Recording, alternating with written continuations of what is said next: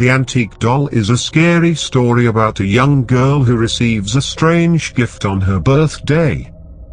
On the morning of her birthday, Lucy's mother woke her up and told her a package had arrived in the mail and it was addressed to her. The girl hurriedly unwrapped the gift and was horrified at what she found inside. It was the most disgusting old doll she had ever seen. It was completely bald and its skin was cracked and caked in dirt. The worst thing of all was its teeth. They were long, pointy, sharp and beastly.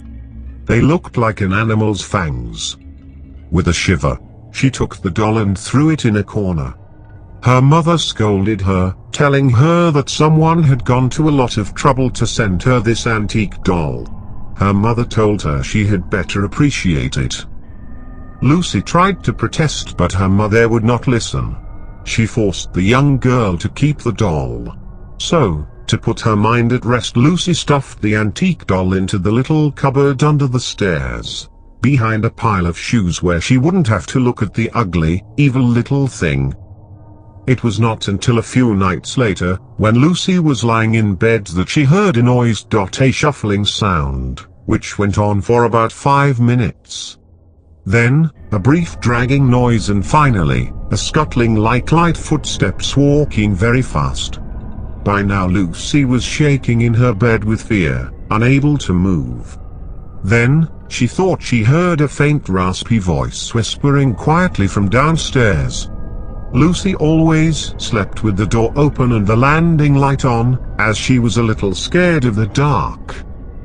She heard the voice say, "Lucy, I'm on the first step," and then loud scrabbling again as whatever was speaking apparently turned tail and returned to its place of hiding. Lucy was so scared that she didn't sleep a wink that night but laid in fear until the break of dawn. When her mother got her up for school, Lucy tried to explain to her mother what had happened the night before, but was so tired that, when her mother passed it off as just a dream, she began to believe it might be the case. Of course it wasn't. Lucy begged her parents to let her throw the antique doll in the garbage, but they insisted that it was a present and she had to keep it.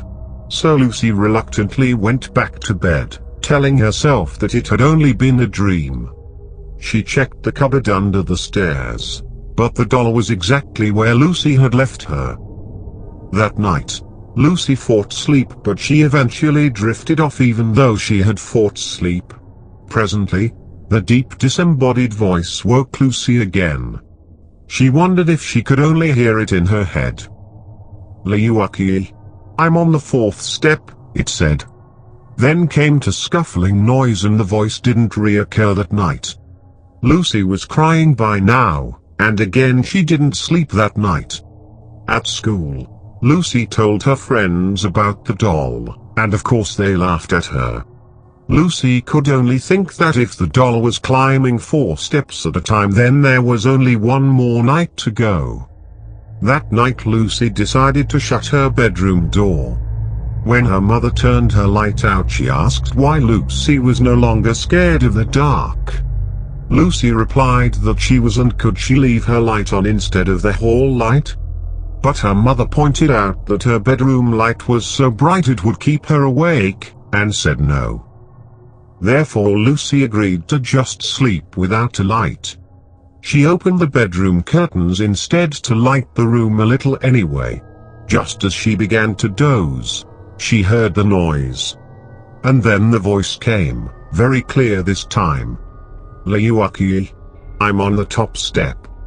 In the darkness of her bedroom, Lucy heard a click and trembled with fear.